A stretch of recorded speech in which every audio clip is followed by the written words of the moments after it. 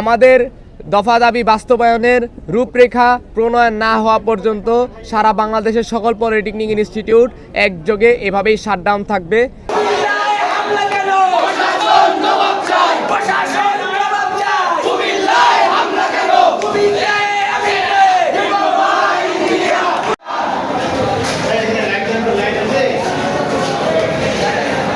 যে সকল দাবি জরুরি ভিত্তিতে আমরা মনে করতেছি প্রয়োজন, সেটা হলো আমাদের 1 নং দাবি, যেখানে জুনিয়র ইন্সট্রাক্টর পদে ক্রাফ ইন্সট্রাক্টরদের যে অবৈধ পদোন্নতি রায় আছে সেটা বাতিল করতে হবে।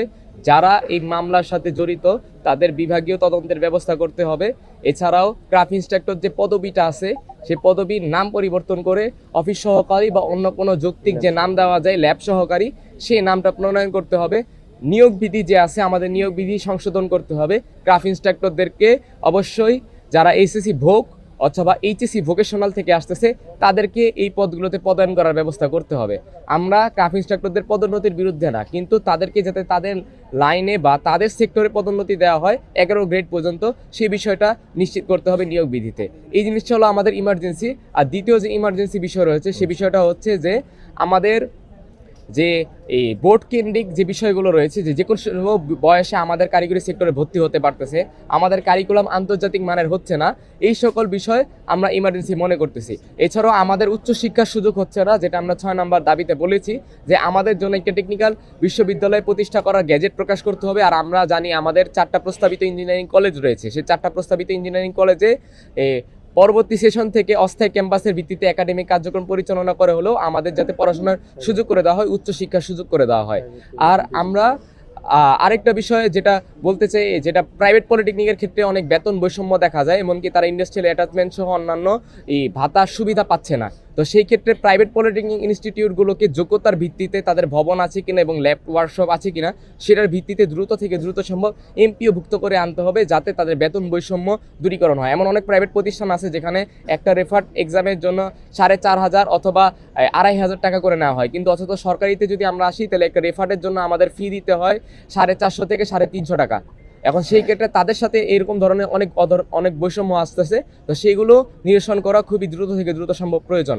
আর আমরা মনে করতেছি যে আমাদের যে কারিগরি সেক্টর যদি আমরা আসলে জীবিত রাখতে চাই, এই ডেমোগ্রাফিক ডিভিডেন্ডের সময় যদি আমরা চাই আমাদের দেশটা এগিয়ে যাক, তো সেক্ষেত্রে কারিগরি উচ্চশিক্ষা মন্ত্রণালয় প্রতিষ্ঠার বিকল্প নাই, এই জিনিসটা করতেই হবে। আর সর্বশেষ আমরা এটাই বলবো, সকল দফা দাবি বাস্তবায়নের জন্য চূড়ান্ত ফলাফল এটাই যে একটা কারিগরি শিক্ষা সংস্কার কমিশন করতে হবে। এই কমিশন এই বিষয়গুলো দ্রুত থেকে দ্রুত বাস্তবায়ন করার এখতিয়ার রাখবে। আমাদের দফা দাবি বাস্তবায়নের রূপরেখা প্রণয়ন না হওয়া পর্যন্ত সারা বাংলাদেশের সকল পলিটেকনিক ইনস্টিটিউট একযোগে এভাবেই শাটডাউন থাকবে। একাডেমিক ভবন, প্রশাসনিক ভবন সহ সকল প্রকার কার্যক্রম ক্যাম্পাসে বন্ধ থাকবে। এখানে কারিগরি শিক্ষার্থীরা প্রত্যেক বছর ডিপ্লোমা ইঞ্জিনিয়ারিংয়ে সরকারি বেসরকারি মিলে প্রায় 2 লক্ষ শিক্ষার্থী ভর্তি হয়। এই 2 লক্ষ শিক্ষার্থীরা এখানে আসে 10ম গ্রেডে চাকরি করার জন্য উপসহকারী প্রকৌশলী পদে। তারা উচ্চশিক্ষার তাদের যে অধিকার সেটা তাদের নিশ্চিত নাই, কারণ ডুয়েটে ইতিমধ্যে 800 সিট আছে। তো বাকি যে সকল শিক্ষার্থী এবং সরকারি জব পাচ্ছে হচ্ছে শুধুমাত্র 5 to 10%, বাকিরা কোথায় যাচ্ছে? তাদের অধিকার তো আমরা নিশ্চিত করতে পারছি না। তাদেরকে আমাদের যারা আমরা শিক্ষা নিচ্ছি, আমাদেরকে যারা শিক্ষক তাদেরকে সুষ্ঠু প্রশিক্ষণ দেওয়া হচ্ছে না। আমাদের টেকনিক্যাল টিচার্স ট্রেনিং কলেজ, সেখানে কোর্সের কোনো মানসম্মত রূপরেখা নেই। আমাদের তো অধিকারই নিশ্চিত হচ্ছে না। এখন কথা হচ্ছে, আমি 4 বছর ডিপ্লোমা ইঞ্জিনিয়ারিং পাশ করলাম, আমার এখানে দক্ষতা ভিত্তিক কার্যক্রম করার কথা, আমার 60% প্র্যাকটিক্যাল হওয়ার কথা, যেখানে আমার ক্রাফট ইন্সট্রাক্টর, ল্যাব অ্যাটেন্ডেন্ট যারা, তারা আমাকে শিক্ষা আমাকে হেল্প করতে পারছে না, আমাদের সাথে কোঅপারেট করে কাজ করতে পারছে না। তা আমি এখানে যদি শিক্ষিত, আমার যদি পেশাগত দক্ষতা যদি আমি উন্নয়ন না করতে পারি, আমার তো সার্টিফিকেট নিয়ে কোনো লাভ হচ্ছে না। আমার দিন শেষে সেই সার্টিফিকেট নিয়ে ঝালমুড়ি খাওয়া ছাড়া কোনো উপায় নেই। কারণ আমার একজন টেকনিক্যাল এডুকেশনাল স্টুডেন্ট যারা, সে 3 মাসও যদি দক্ষভাবে কাজ করে বা কাজ শিখে, তার সার্টিফিকেটের প্রয়োজন নেই, তার দক্ষতাই তার শক্তি।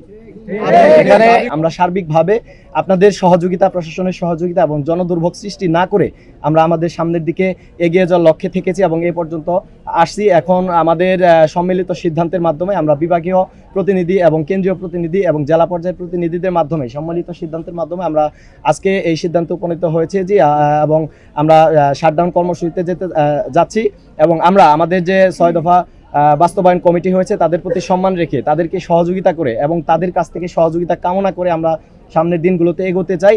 আমরা একটি কথা পরিষ্কার করে দিতে চাই, সেটি হচ্ছে আমরা আমাদের দাবি বাস্তবায়নের লক্ষ্যে এই ক্ষেত্রে আমরা কোনো জনদুর্ভোগ বা সহিংস কর্মকাণ্ডে যাব না।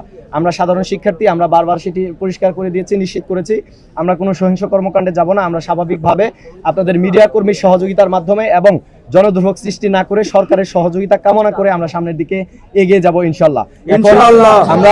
আমরা সকল প্রতিনিধি, আমাদের বিভাগীয়, কেন্দ্রীয় এবং জেলা পর্যায়ের প্রতিনিধিদের সম্মিলিত সিদ্ধান্তের মাধ্যমে আজকে আপনারা অবগত হয়েছেন, দেখেছেন, আমরা এই সিদ্ধান্তে উপনীত হয়েছি এবং আমাদের অভ্যন্তরীণ যে কর্মসূচিগুলো থাকবে সেগুলো আমরা পরামর্শক্রমে সিদ্ধান্ত সাপেক্ষে আমরা পরবর্তীতে জানাবো ইনশাল্লাহ। আজকে কারিগরি ছাত্র বাংলাদেশ কর্তৃক যেই কর্মসূচি ছিল, একযোগে সারা বাংলাদেশ সকল পলিটেকনিক শাটডাউন কর্মসূচি ঘোষণা করা হয়েছে এবং ইতিমধ্যে পালনও করেছে। অলরেডি আমরা ঢাকা পলিটেকনিক ইনস্টিটিউটের প্রত্যেকটি প্রশাসনিক ভবন এবং আমাদের অ্যাডমিনিস্ট্রেটিভ যে সকল রুমগুলো রয়েছে সেগুলো আমরা তালাবদ্ধ করেছি। এর কারণ ছিল মূলত আমরা দীর্ঘ 8 মাস ধরে আন্দোলন করছি, কিন্তু লাস্ট যে কমিটিটা করা হয়েছে 3 সপ্তাহ সময় চাওয়া হয়েছিল আমাদের থেকে। অলরেডি একটা বৈঠক হয়েছে। এখানে আসলে 6 দফার যে 6টা পয়েন্ট, 6টা দাবির মধ্যে কিছু কিছু দাবি আছে যে দাবিগুলো সরাসরি কারিগরি ও মাদ্রাসা শিক্ষা বিভাগ পূরণ করতে পারবে না, কিন্তু তারা অবশ্যই সুপারিশ করতে পারে। তো আসলে এত লেন্দি প্রসেসে আমরা যেতে চাচ্ছি না। কমিটির কাজ করবে এবং পাশাপাশি আমরা বলেছি সংস্কার কমিশন প্রয়োজন আমাদের কারিগরি সংস্কার কমিশন হলে আমাদের যে বাকি যেই রূপরেখাগুলো রয়েছে সেগুলো বাস্তবায়ন করতে আমাদের জন্য খুব ইজি হবে।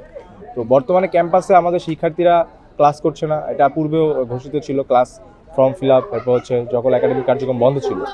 তো আজকে আমাদের অ্যাডমিনিস্ট্রেটিভ যে বিল্ডিংগুলো ছিল এবং পুরো ক্যাম্পাস শাটডাউন ঘোষণা করা হয়েছে। কারণ একটা জিনিস খেয়াল করলে দেখবেন, ডিপ্লোমাতে যারা ভর্তি হয় তারা যদি উচ্চশিক্ষার সুযোগ না পায়, তার যদি মৌলিক অধিকার এবং তার চাকরির নিশ্চয়তা নিশ্চিত না করতে পারে, তাহলে তিনি এখানে কেন পড়াশোনা করবেন?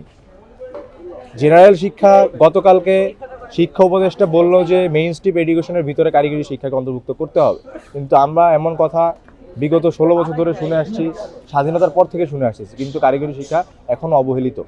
শুধুমাত্র কথা বলে নতুন নতুন প্রজেক্ট দিয়ে কিন্তু কারিগরি শিক্ষার উন্নয়ন করা সম্ভব না যদি আমরা হাতে কলমে শিক্ষিত বা দক্ষ না হই। সেই ধারাবাহিকতায় আমাদের শিক্ষার্থীর অধিকার যতদিন পর্যন্ত নিশ্চিত না হচ্ছে, আমরা উচ্চশিক্ষার সুযোগ না পাচ্ছি, আমাদের চাকরির বৈষম্য দূর হচ্ছে না। আপনারা জানেন ডিপ্লোমা পাশ করার পর মাত্র অনলি 5 to 10% শিক্ষার্থীরা গভর্নমেন্ট জবে যায়, কিন্তু বাকিরা কোথায় যায়? বাকি 80% to 90% শিক্ষার্থীরা 10,000 টাকার নিচে 8,000 থেকে 9,000 টাকা বেতনে চাকরি করতেছে।